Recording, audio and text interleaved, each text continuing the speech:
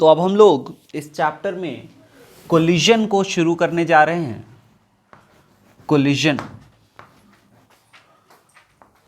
Collision क्या होता है उसको समझते हैं।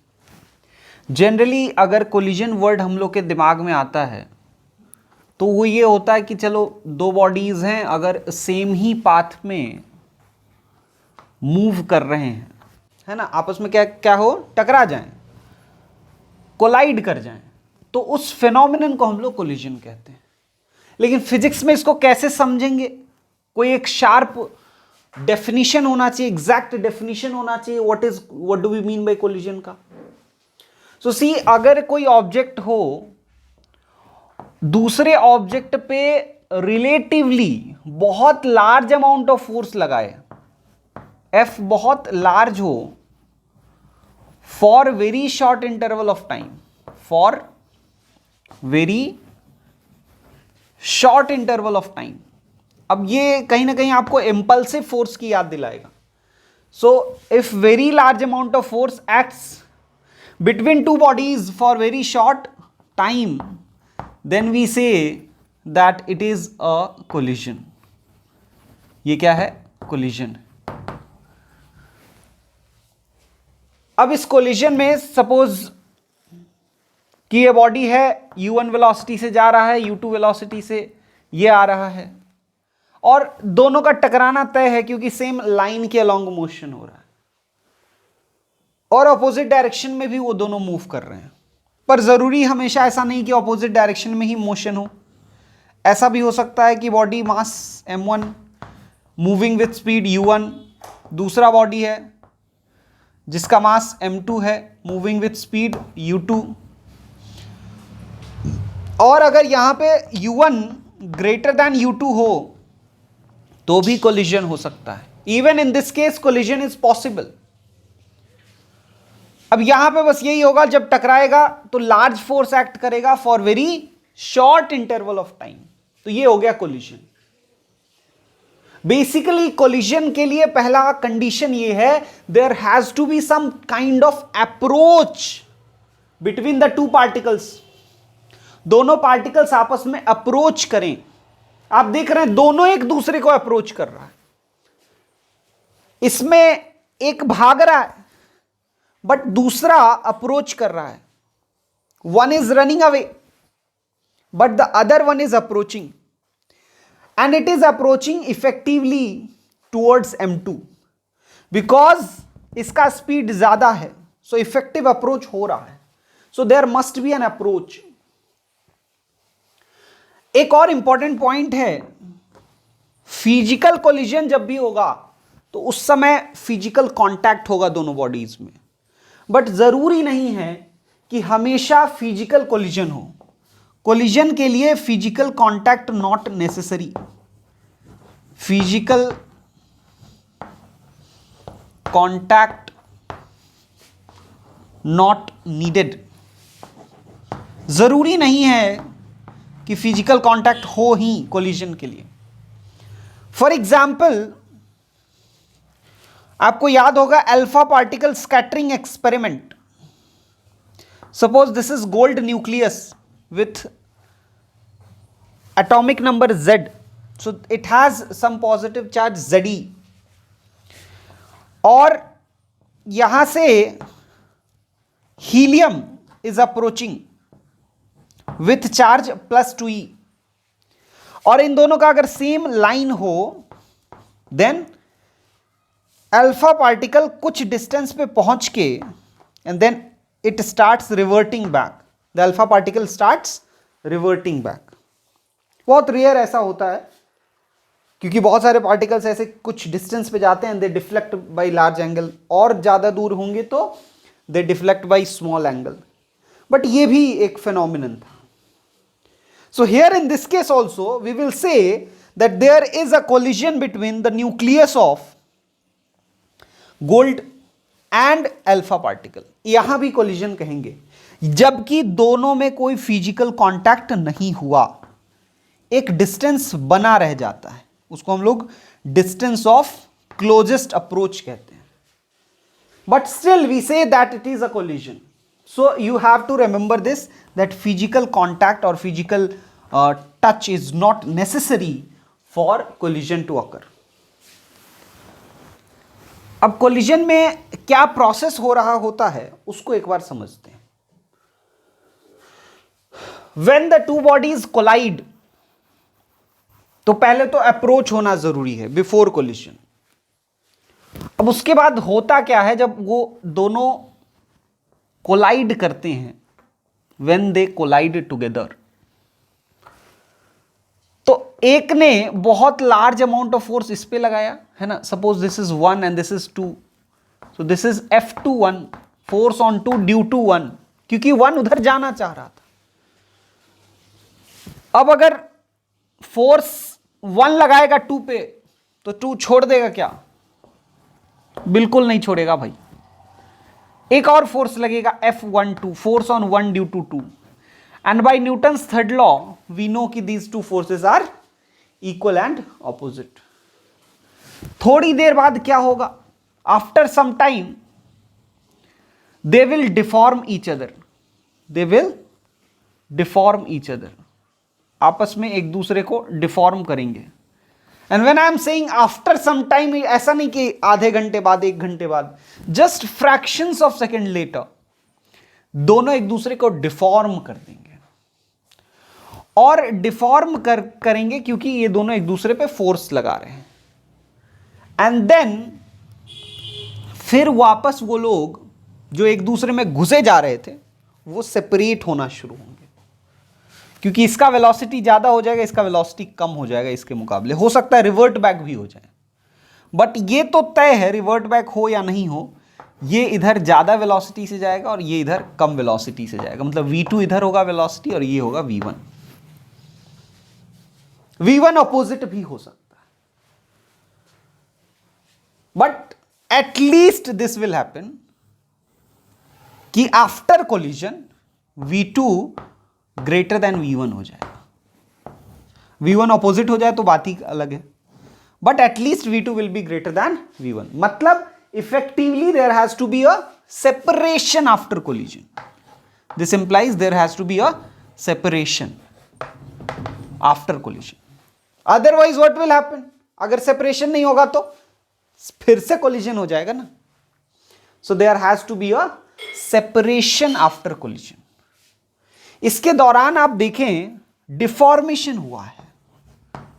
Deformation here in this step there is deformation,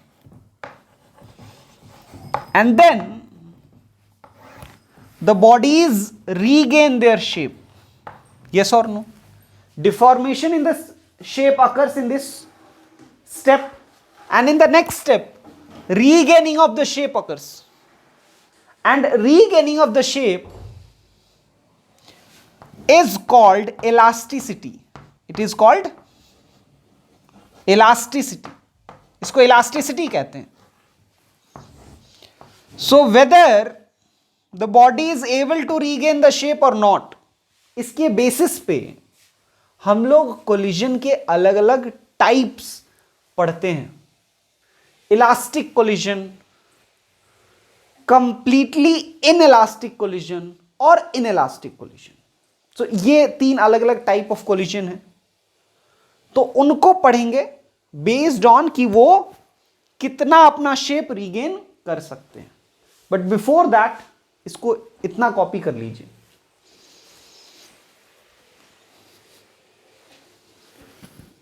leading to the next part. चलिए अब हम लोग आगे बढ़ते हैं. अब इसको समझने की कोशिश करते हैं, जो टाइप्स ऑफ कोलिजन है उस चीज को समझने की कोशिश करते हैं.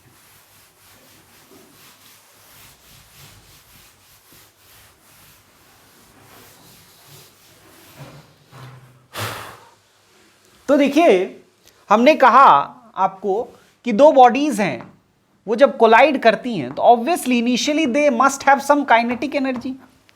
कुछ काइनेटिक एनर्जी होगा K1, इसके पास कुछ काइनेटिक एनर्जी होगा K2. आफ्टर कोलिजन, जैसे ये U1 से जा रहा था, ये U2 से जा रहा था, after collision what happens, their kinetic energy change. Suppose it is going with V1 speed, it is going with v2 speed, so its kinetic energy is now k1 dash, its kinetic energy is k2 dash. तो इस collision के दौरान क्या हुआ? Collision के दौरान जब वो दोनों एक दूसरे से कोलाइड करता है, देन डिफॉर्मेशन अकर्स.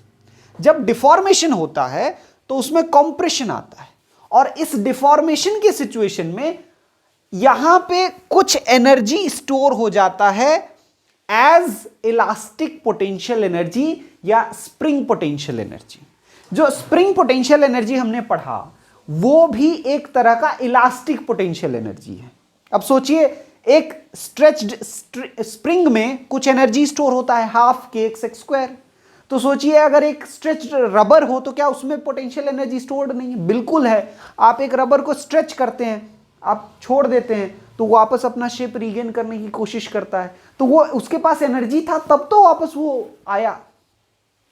बिल्कुल उसी तरह से जैसे स्प्रिंग करता है, स्प्रिंग को आप खींचे छोड़ दिए तो स्प्रिंग वापस अपना शेप रीगेन करने की कोशिश करता है, because it has elastic potential energy. तो ऐसा हर बॉडी के पास होता है. आप किसी बलून को पकड़िए और उसको प्रेस करिए तो ये वापस अपना शेप रीगेन करने की कोशिश करता है. बेसिकली जो आपने प्रेस किया, जो आपने उसको दबाया, तो उससे क्या होता है? उसका शेप चेंज होता है, और आपका जो वर्क डन है, that work done got converted into potential energy. वो वर्क डन किसके फॉर्म में कन्वर्ट हो गया? पोटेंशियल एनर्जी के फॉर्म में. तो यहां पे कौन सा वर्क डन पोटेंशियल एनर्जी के फॉर्म में कन्वर्ट हुआ है?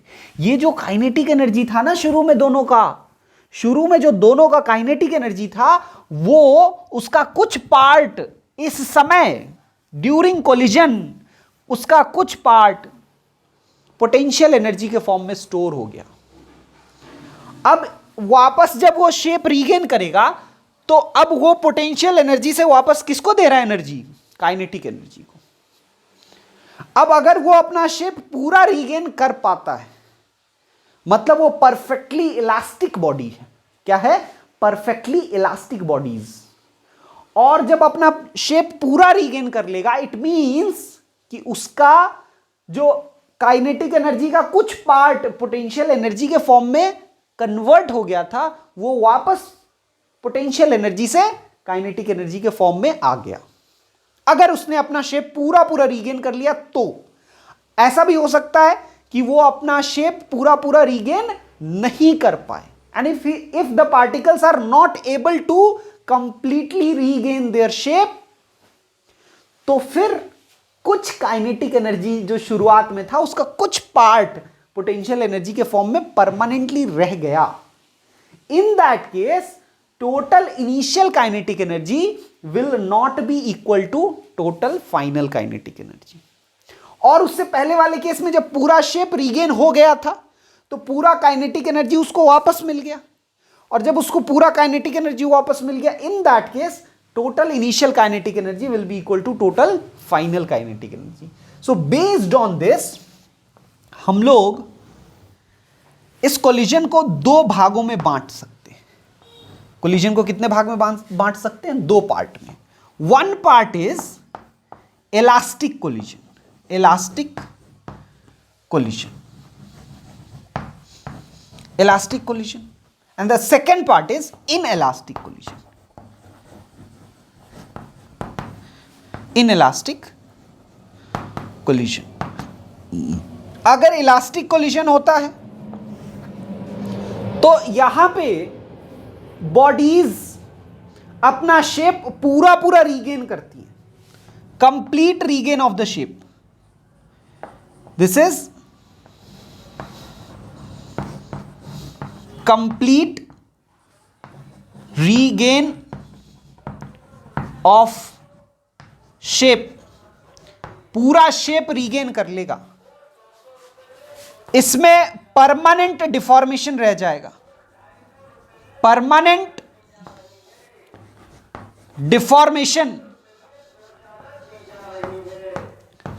परमानेंट डिफॉर्मेशन रह जाएगा. समझ रहे हो भाई? इसमें परमानेंट डिफॉर्मेशन रह जाएगा.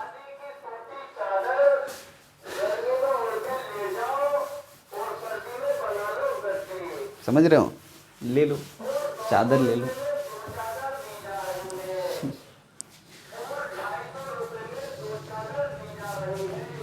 तो इसमें complete regain of the shape, इसमें परमानेंट डिफॉर्मेशन।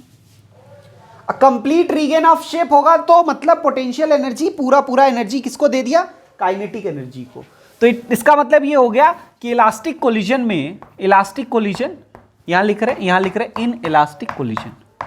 आपने अगर एक ही पेज में लिखा तो पूरा आपका आगे कंटिन्यू होगा, इसलिए मैंने शॉर्ट में लिख दिया। तो इसमें जो इनिशियल टोटल काइनेटिक एनर्जी होगा K1 plus K2 must be equal to K1 dash plus K2 dash होगा। इन इलास्टिक कोलिजन में क्या होगा, K1 plus K2 generally K1 plus K2 greater than होगा K1 dash plus K2 dash. Final total kinetic energy से वो बड़ा होगा, क्योंकि उसका कुछ पार्ट किसके फॉर्म में स्टोर हो गया, पोटेंशियल एनर्जी के फॉर्म में स्टोर हो गया। तो एक इलास्टिक कोलिजन हो गया, एक इनइलास्टिक कोलिजन हो गया। इसमें हम लोग लिख सकते हैं kinetic energy before collision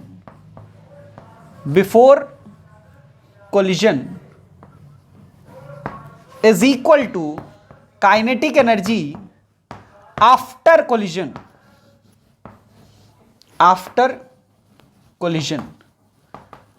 but यह ध्यान रखना है, this is not equal to kinetic energy during collision.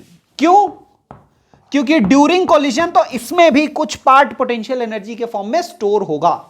So not equal to kinetic energy during collision, not equal to kinetic energy during collision.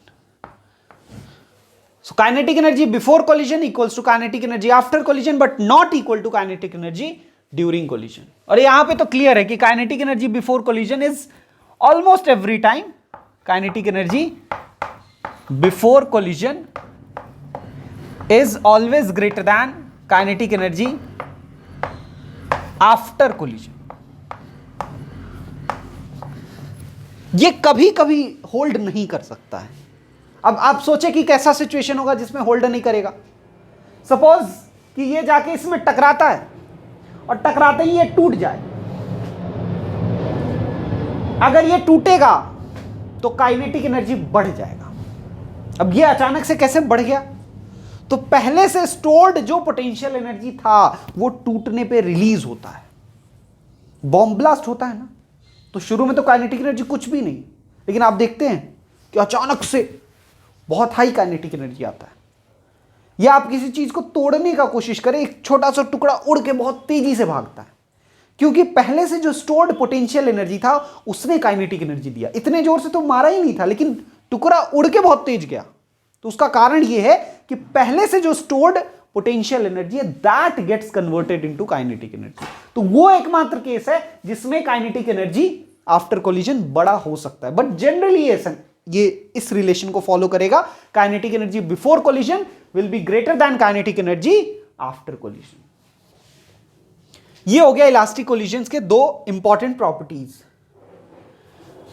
एक चीज का ध्यान रखना है आपको कि टोटल एनर्जी ऑलवेज कंजर्व्ड रहेगा। Total energy conserved, total energy तो हमेशा कंजर्व्ड रहेगा।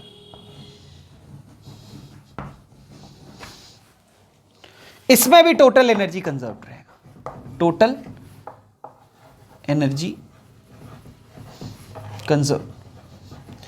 अगर मान लो कि कुछ part of energy thermal energy के फॉर्म में, साउंड एनर्जी के फॉर्म में अगर रिलीज भी हो जाता है, तो इस टोटल एनर्जी में वो एनर्जी भी शामिल है। Thermal energy is also included, sound energy is also included, तो वो सारे एनर्जी भी इसमें शामिल हैं।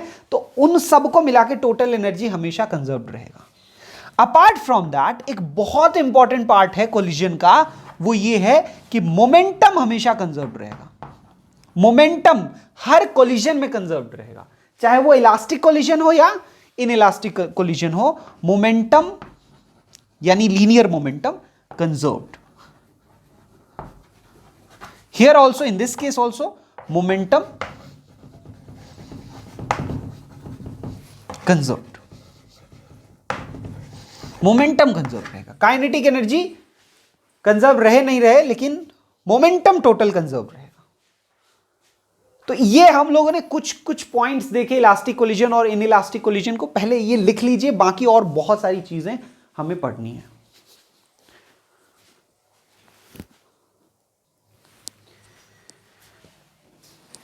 चलिए अब थोड़ा और आगे बढ़ते हैं, है ना।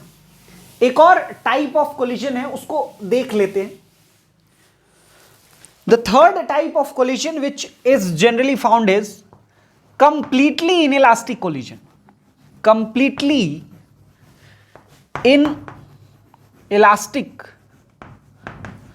collision. Completely inelastic collision. तो completely inelastic collision कैसा होगा? जिसमें बिल्कुल भी इलास्टिसिटी नहीं हो, बिल्कुल भी टेंडेंसी नहीं हो अपना शेप रीगेन करने की। तो जब ऐसे शेप डिफॉर्म हुआ, कंप्लीट डिफॉर्मेशन, फुल कंप्रेशन हो चुका है, then they never tend to separate, and if they have no tendency to separate, now onwards they will go combinedly. तो आफ्टर वो कोलिजन के दौरान चिपक जाएंगे and they start moving together. So combined motion हो जाता है, they stick to each other. So colliding particles stick to each other,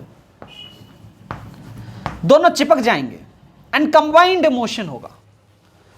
ये एक्सट्रीम केस है इनइलास्टिक कोलिजन का। So in this case maximum loss of kinetic energy होगा, maximum loss of kinetic energy. वहां भी loss of kinetic energy हो रहा है, but यहां maximum loss of kinetic energy होगा। But here also momentum is conserved,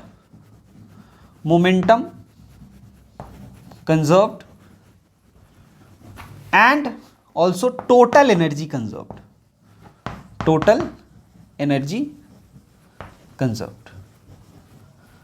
इसमें भी टोटल एनर्जी कंजर्व्ड रहेगा। एक चीज जो आपको ध्यान रखना है वो ये है कि in all these collisions we are talking about head on collisions. Head on collisions का क्या मतलब हुआ? हेड ऑन कोलिजन्स का मतलब हुआ कि the particles are colliding like this, दोनों का लाइन ऑफ वेलोसिटी सेम है। और क्योंकि पार्टिकल्स के कोलिजन की बात हो रही है तो हमेशा ऐसे ही कंडीशन में कोलिजन होगा। लेकिन अगर एक्सटेंडेड बॉडीज का कोलिजन हो तो वो हेड ऑन होना जरूरी नहीं है। मान लीजिए एक बड़ा बॉडी है, वो ऐसे जा रहा है, दूसरा बॉडी है वो ऐसे जा रहा है, क्या इनमें कोलिजन हो सकता है? बिल्कुल हो सकता है, स्लाइडवेज ऐसे कोलिजन होगा। अब ऐसा कोलिजन होगा तो वो 2 डायमेंशन में चला जाएगा, but right now we are studying only 1 dimension. तो जो भी मैंने बताया है वो सब 1 डायमेंशन के लिए ट्रू है। 2 डायमेंशंस में क्या क्या चीजें आगे बढ़ेंगी और क्या क्या चीजें गलत हो जाएंगी वो हम लोग जब 2 डायमेंशन का कोलिजन पढ़ेंगे उसमें देख लेंगे। तो अभी आपको ये ध्यान रखना है कि all of these properties are from the point of view of 1 dimensional head on collision. तो हेड ऑन कोलिजन इस तरह का होता है, जब दोनों का वेलोसिटी सेम लाइन पे हो तो जो कोलिजन होता है that is head on collision. So with this we have studied more और लेस जो कॉन्सेप्चुअल पार्ट्स हैं सारे टाइप ऑफ कोलिजन्स के, वो हमने कंप्लीट कर लिए। ये कॉन्सेप्चुअल पार्ट कंप्लीट हो गया। न्यूमेरिकल पार्ट जो है वो डेरिवेशन वाला पार्ट जो है वो अब नेक्स्ट क्लास में देखेंगे। So just copy this much.